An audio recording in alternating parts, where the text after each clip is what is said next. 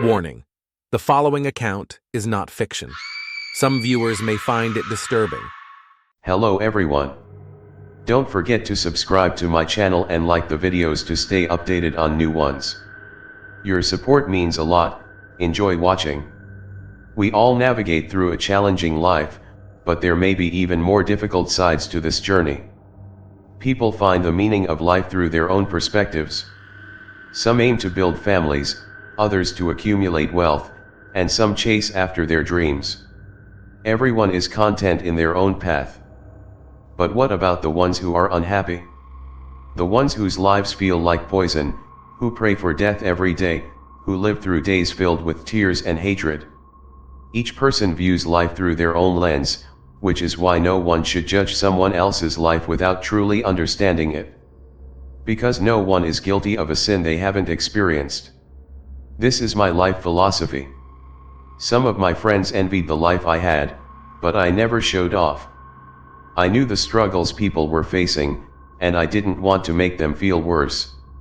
My mom was incredibly lucky. On special occasions, my dad would shower her with flowers and gifts. Even on regular days, he would always take her out to eat or go on a trip, ensuring they spent quality time together. Seeing their deep love and affection for each other made me feel at ease. My dad showed me the same understanding he showed my mom. He never told me no, you can't go there or that's not possible. He always stood behind the decisions I made and respected me. However, one day, when everything was going smoothly, unexpected events started to happen. One evening, my dad came home drunk. Normally, he didn't drink much, only occasionally, but that day, he had really overdone it. He was even crying. When my mom saw him like that, she immediately went to him and asked, "Murat, what happened? What's wrong with you? Did something happen to someone?" He replied, "No, nothing happened. Lately, I've been feeling terrible. I wake up from bad dreams, and I feel like someone is following me when I walk. It's really scary. I think my time has come." Hearing this, my mom burst into tears and tightly embraced him, saying, "No, stop talking nonsense. That can't be true. You're just exhausted from work, and that's why you're experiencing these strange things. Please, don't give up. We're here for you. Come on, get up, take a shower. I'll make you a nice coffee to relax." She then took him to the bathroom. Later, my mom quickly entered the room and grabbed a few things for him. Just as she was about to leave, we heard my dad's screams. We both rushed to the bathroom. My mom didn't let me in, but when she opened the door and entered, she couldn't contain her screams. "Murat, what happened to you?" she cried. Unable to hold back, I entered and saw my dad covered in blood. The mirror in the bathroom was shattered. My dad was holding a large piece of glass. He had cut himself and his body was covered with deep wounds. I fainted from blood loss after seeing the scene. I immediately called an ambulance. By the time the ambulance arrived, my dad had already passed away. My mom couldn't accept it. When they told her my dad had died, she was in denial. She kept saying, "No, this can't be. Please help my husband. Wake him up." But it was impossible. They took my dad out of the bathroom and into the ambulance. My mom was running frantically from one side to the other, saying, "Daughter, take your father's things and put them in a bag. We're going to the hospital. Maybe he'll stay there for a few days." She kept rushing around. I tried to comfort her, saying, "Mom, please stop. I'm feeling terrible too. Please pull yourself together. I'm afraid something will happen to you." But my mom couldn't calm down.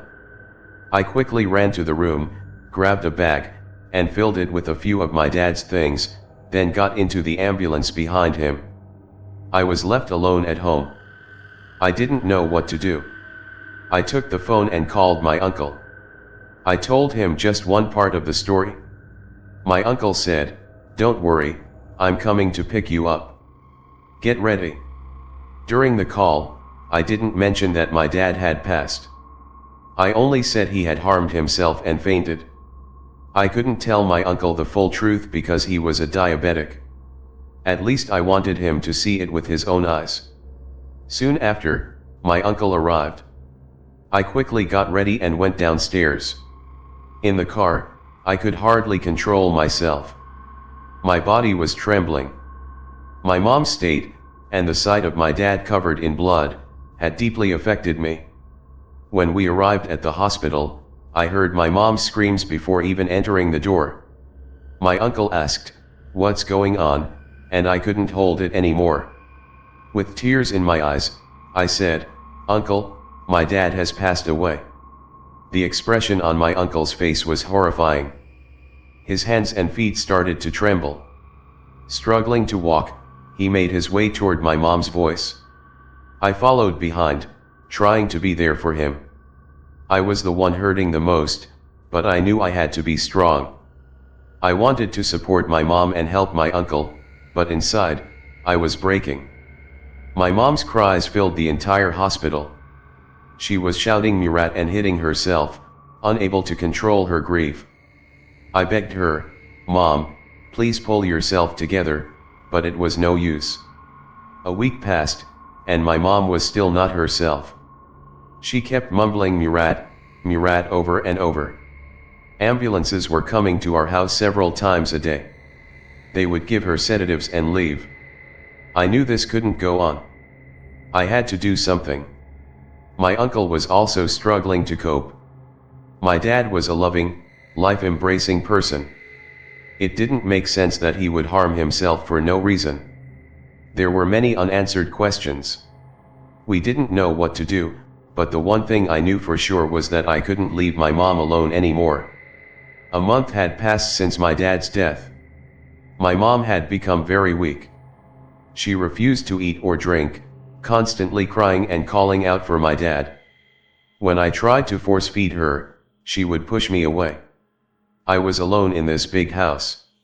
My mom kept going to the bathroom door, calling out, "Murat, when will you come out? I'm waiting for you. Come on, hurry up," and then she would return to her room. This scene repeated every day. In Istanbul, besides my uncle, we had no other close family. There were a few friends of my parents here, but they came and tried to talk to my mom and convince her, but it was in vain. She couldn't even see them. This went on for a month and a half. One morning, I woke up and noticed that I didn't hear my mom's cries anymore. Thank God, I thought she must have started to feel better. I went to the living room and couldn't believe my eyes when I saw her. Her hair was neatly combed, and she was wearing clean clothes. I went over to her and asked, "Mom, is everything okay? How are you feeling?" She looked at me with a soft smile and said, "Don't worry, sweetie. Everything is fine. You'll see, we'll get better. I have some errands to run today. Don't wait for me, just eat and rest.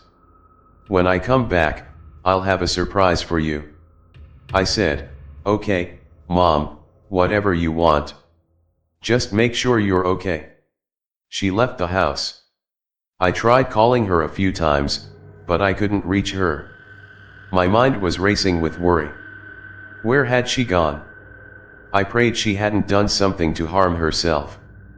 Then it occurred to me maybe she had gone to my dad's grave.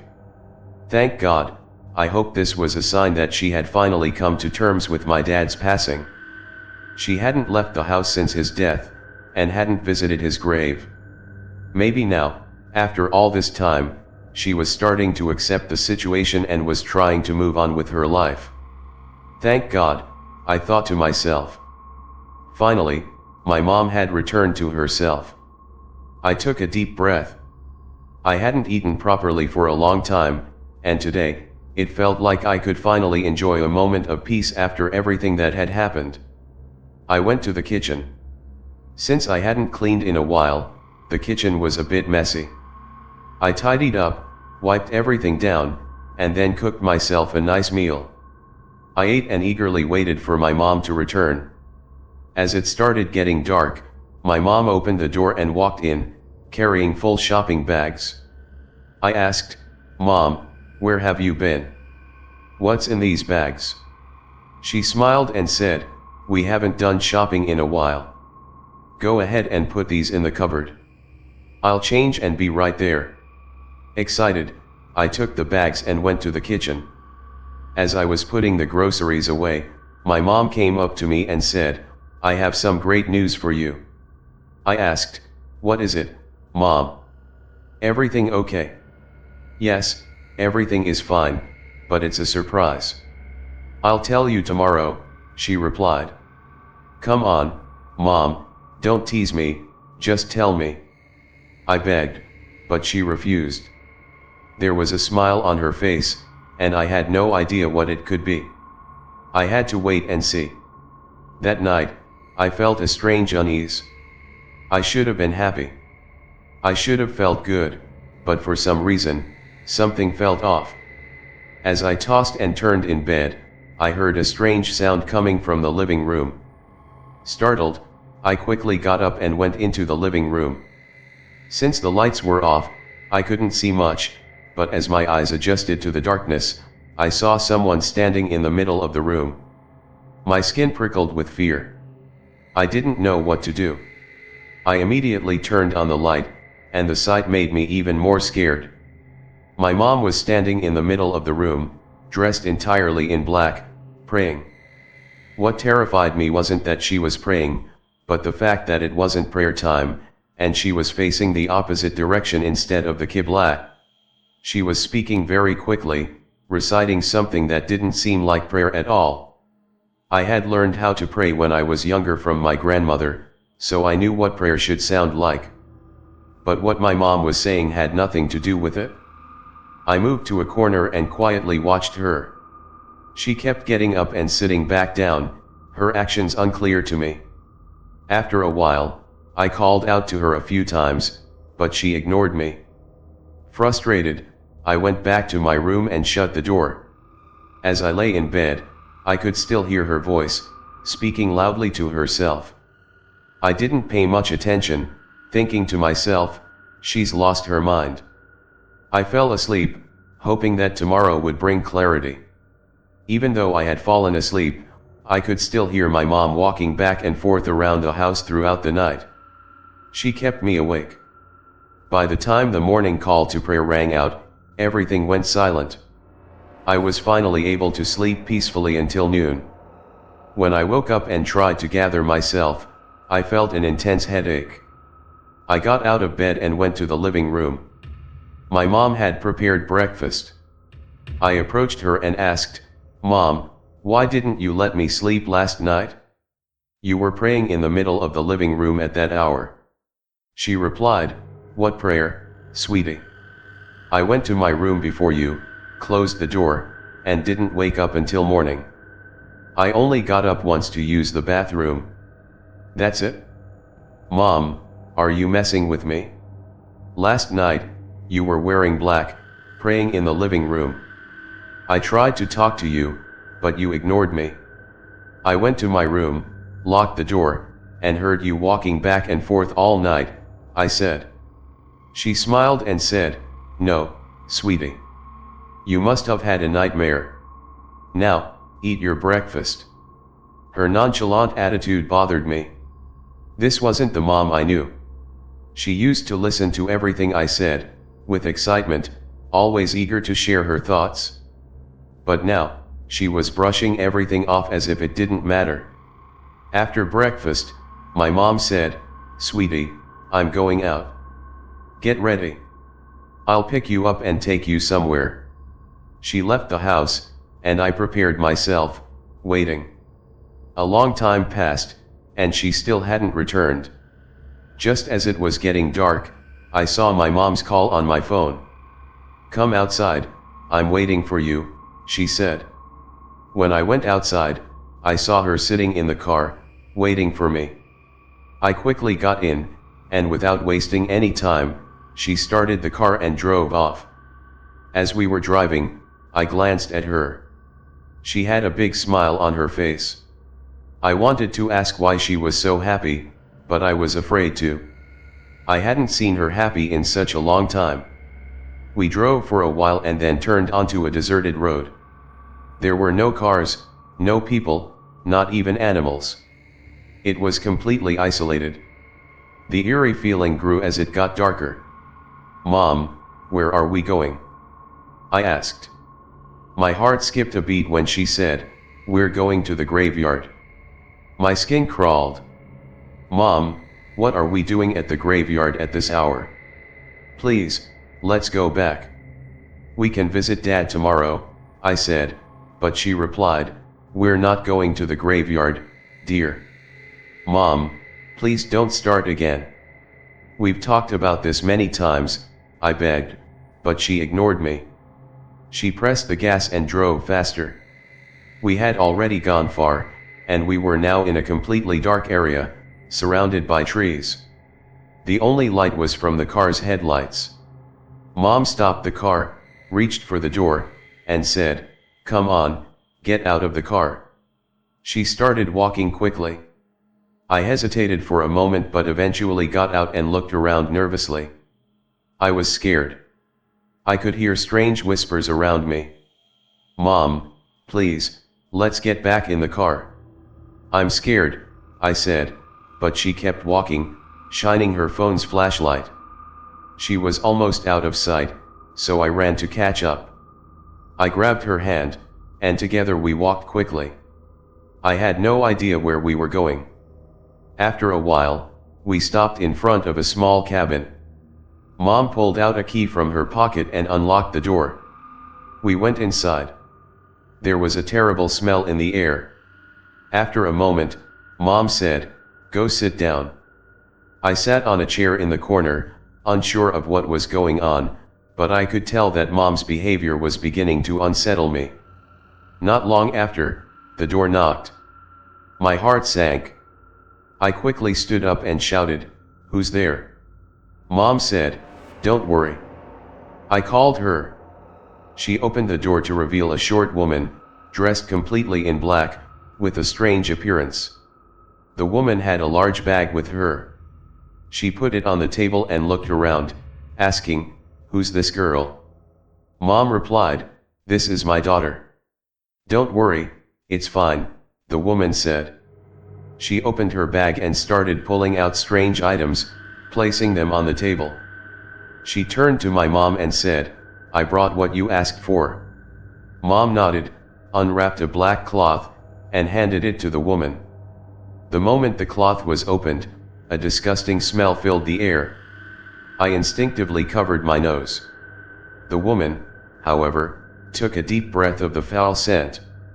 "Exactly what I wanted," she muttered, laughing in a creepy way. Then she began some strange rituals. The smell was overwhelming, and I couldn't fully comprehend what was happening. The woman placed the disgusting substance into a large bowl, recited something over it, and blew onto it. As she did, strange noises began coming from around the cabin. I heard footsteps from outside.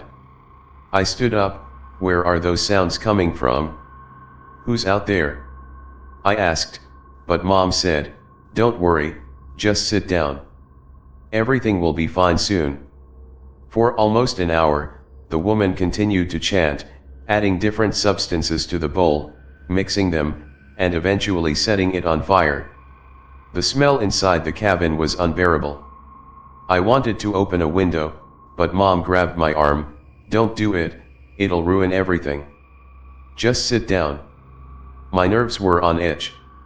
What are they doing?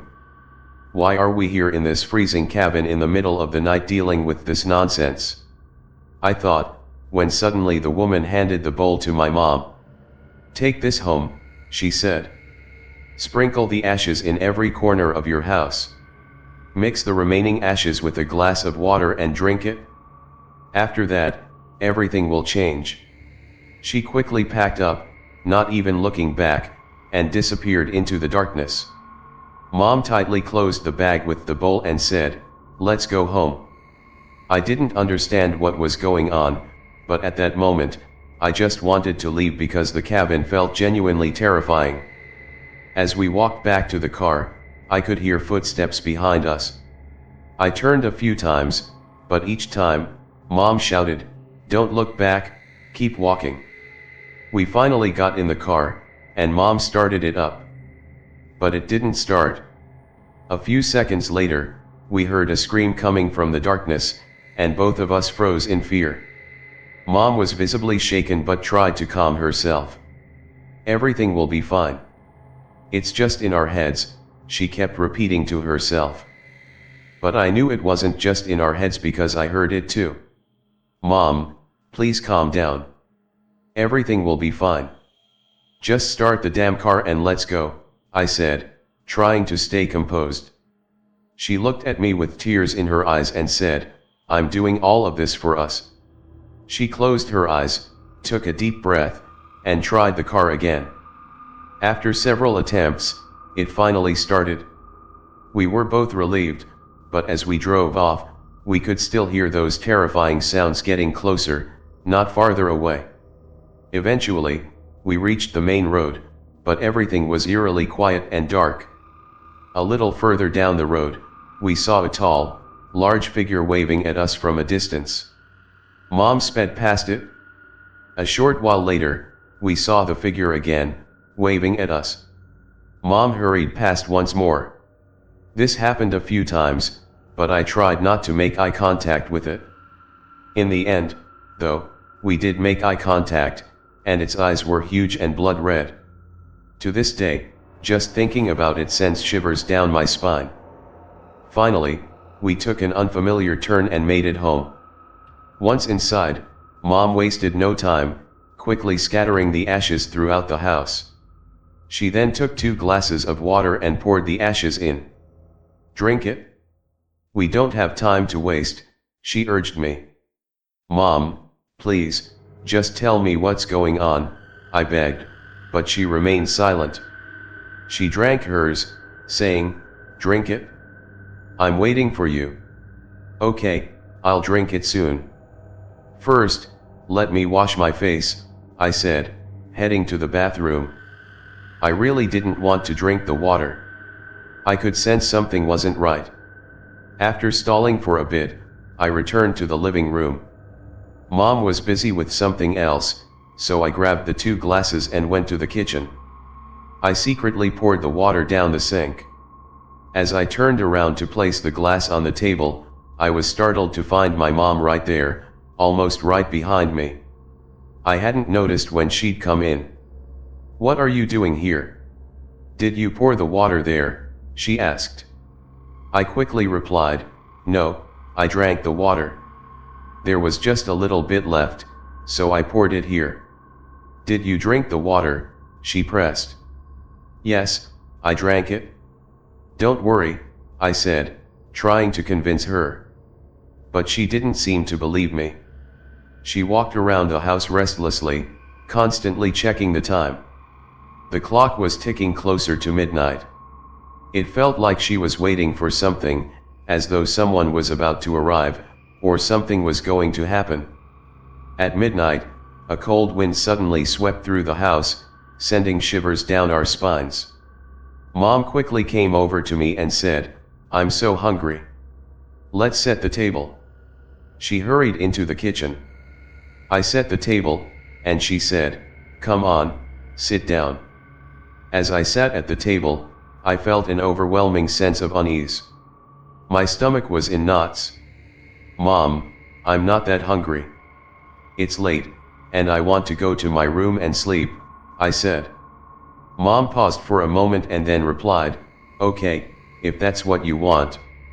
Just as I was about to leave the table, I noticed there were 3 plates on the table. I turned to Mom and asked, "What's this? Why did you put a 3rd plate?" She looked at me with tear-filled eyes and said, "It's for your father, for your father."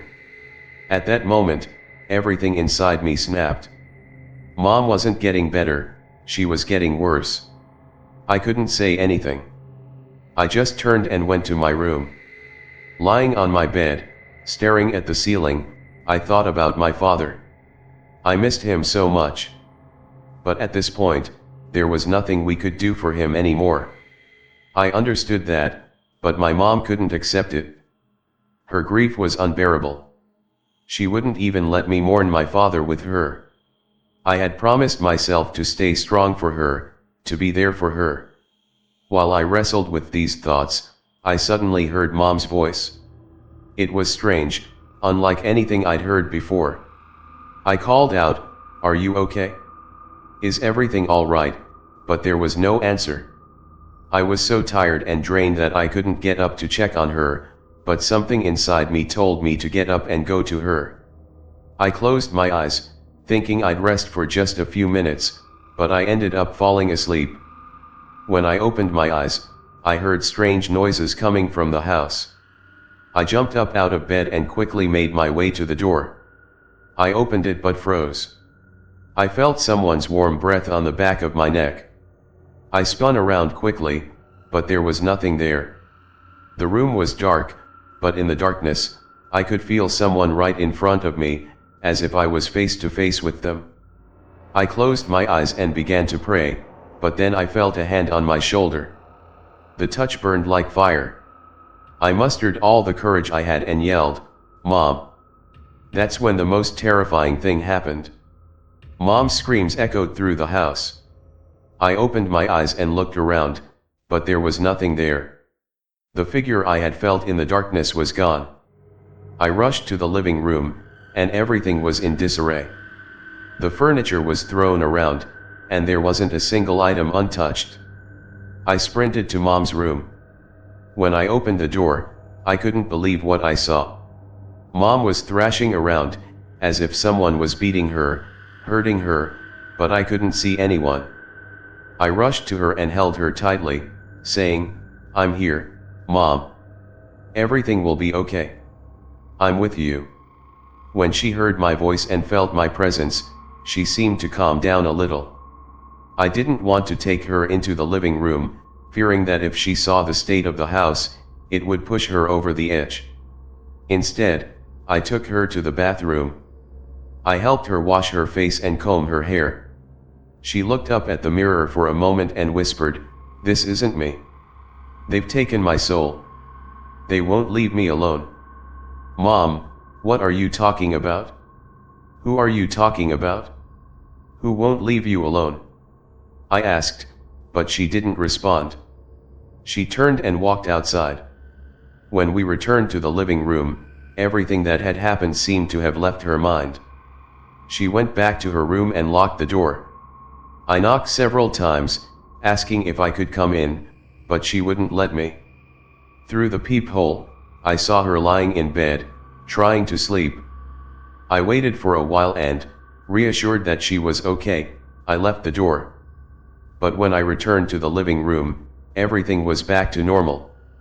All the furniture was perfectly in place. Not a single item had been moved. I took a deep breath, trying to calm myself. I kept telling myself that this was just a bad nightmare, that I'd wake up in my bed soon. But as I walked back to my room, I couldn't shake the feeling that something was very wrong. I closed my door and locked it. Just as I was about to lie down, I heard a soft tapping sound. At first, I thought it was Mom, maybe she came to sleep next to me. I got up and walked to the door. When I opened it, I found no one there. But as I stood there, the tapping sound came again, and this time, I was certain it didn't come from the door. I paused and listened carefully. The sound was coming from beneath my bed. I slowly turned to look, and when I did, the sound abruptly stopped. I felt paralyzed, like my body was frozen. For a moment, everything around me seemed to grow and shrink before my eyes. I gripped the doorframe, trying not to faint. I knew I had to put an end to this madness. I wasn't scared. I was as brave as my father had been. I closed my eyes and whispered prayers to calm myself. When I opened my eyes again, I saw a woman standing on my bed. Her long hair hung down around her. Seeing her felt like a blow to my head. I couldn't hold on anymore. Just as I was about to collapse, the woman lunged at me, grabbing my hair and dragging me across the room. I couldn't fight back. My body wouldn't respond. I was in pain, unable to scream for help, unable to free myself from her grasp. I don't know how it happened, but suddenly I woke up. I opened my eyes, still lying in my bed. I wasn't sure if I was relieved or just confused, but the nightmare felt too real. I got out of bed and went to the living room. What I saw there made my heart stop. Mud-covered hand and footprints were all over the walls, the ceiling, and the floor. Scratches were visible on the windows. I cursed under my breath. I thought the nightmare was over, but it felt like another one was just beginning. I rushed to Mom's room. When I opened the door, I froze. There, in the middle of the room, was Mom's lifeless body. I immediately went to her. I didn't need to touch her to know she was gone. Her face told me everything. Her eyes were wide open, and there were horrific bruises all over her body. There were fractures all over, her hands and feet were twisted. Her eyes, with deep and cold stares, explained everything. I couldn't touch her. Slowly, I stood up, turned around, and left the room, feeling as though my body was frozen. Cold drops slid from my forehead to my cheek. I did nothing, didn't scream, didn't cry. I simply headed for the front door, opened it, and threw myself outside. I knelt on the street, thinking perhaps the people around me could help, but I couldn't hold on any longer and collapsed right there. When I opened my eyes, I was in the hospital. My uncle was by my side, and my aunt was with him. Both couldn't hold back their tears. When they saw me, they immediately held my hand and said, "Thank God you're alive, you're okay." I wanted to speak, but I was so weak that I could only nod. After a while, the doctor came in, examined me, and said, "Everything is fine, you just need to rest." For hours, I silently stared at the blank wall, thinking about everything I had experienced. The trauma I had been through raised so many questions in my mind about what my mother was doing.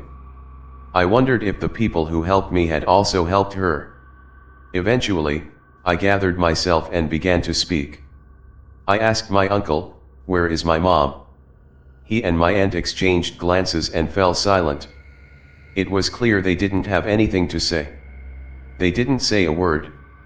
I wondered if my mom was in worse condition than me, maybe even in a coma. At that moment, my body, my mind, and my soul were completely exhausted. I didn't have the strength to cry or feel sad. I spent a night in the hospital. The injections, serums, and medications had brought me back to my senses a little. I had no news until I was discharged from the hospital.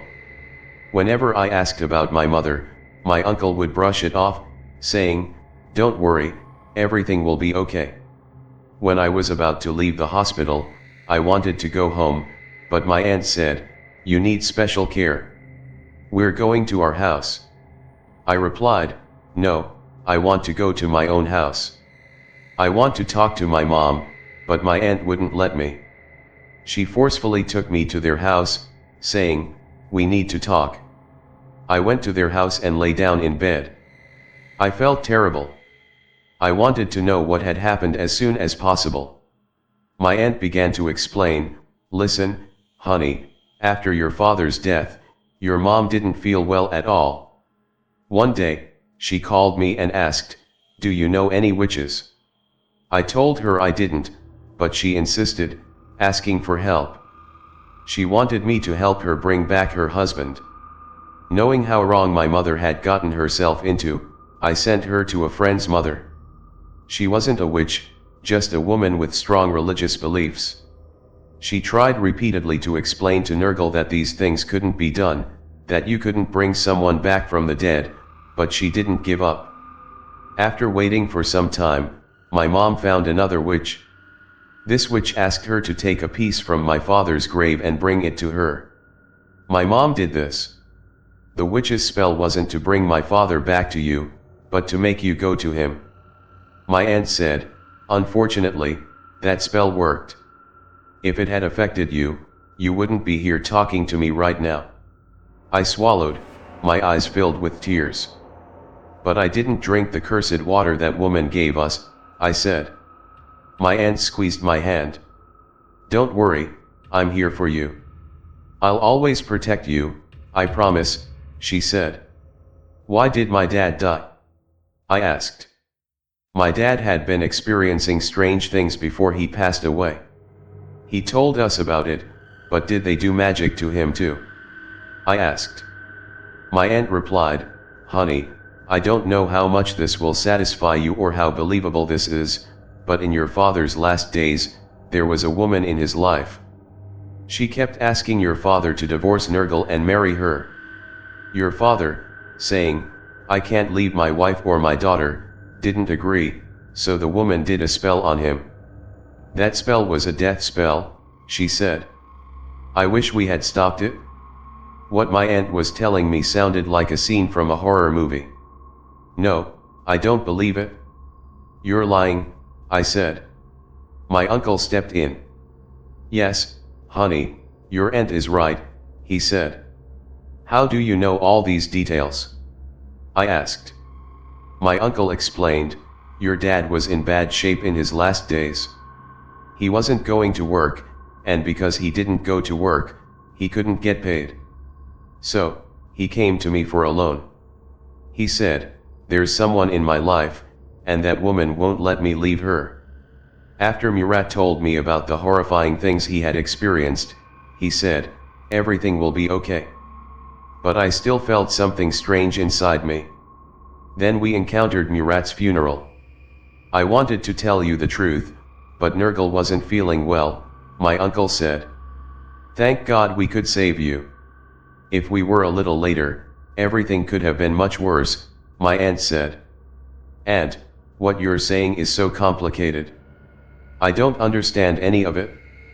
"Please explain it in a way I can understand," I said. My aunt replied, "When you lose someone you love, you lose your mind with them. I understand it now. Maybe if your mom had tried to pull herself together and be there for you, and accepted things like others would have, these things wouldn't have happened. But now, it's too late.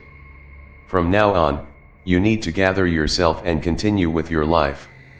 No matter what, we're here for you, and we'll always support you like family." After that conversation, I didn't question what was right or wrong.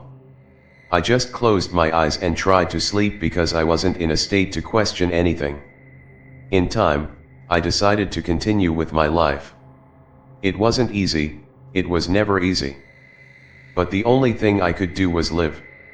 The greatest lesson I learned from these experiences is this: no matter what happens, you need to act sensibly and think carefully before doing things.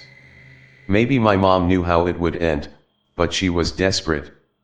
Our hope should always be in God. That's the end of my story, friends. Thank you for listening. If you haven't subscribed yet, please do and turn on notifications to stay updated on my upcoming videos. See you in the next videos. Take care.